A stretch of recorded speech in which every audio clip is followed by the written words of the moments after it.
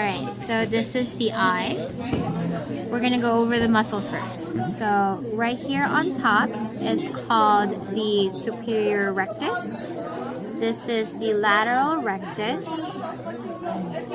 And then if we break it apart, this is the medial rectus right inside.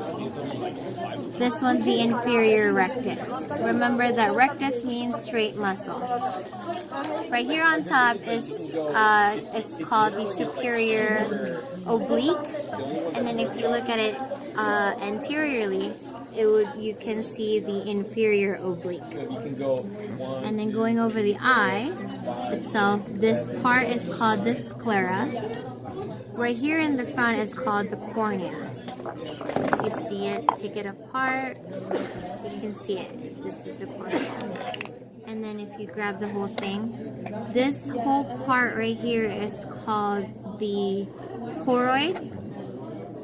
This part right here is called the iris. This hole right here is the pupil. And then if you open it, this part right here is called the ciliary body. This part right here. And then on the other side, what you can find is the lens, or you can also, people also call it crystalline lens, or just lens.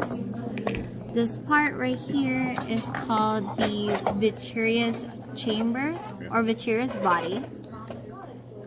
And then the inside of the other side, the posterior side of the eye, is the retina. This whole thing is the retina. And then in the retina, you can find the optic disc.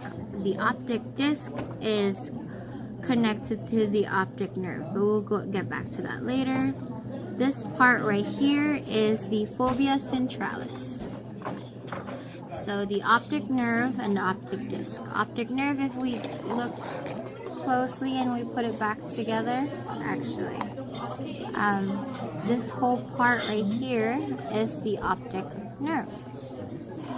And then what we can't find on this model, we can find on this other model. This right here is called the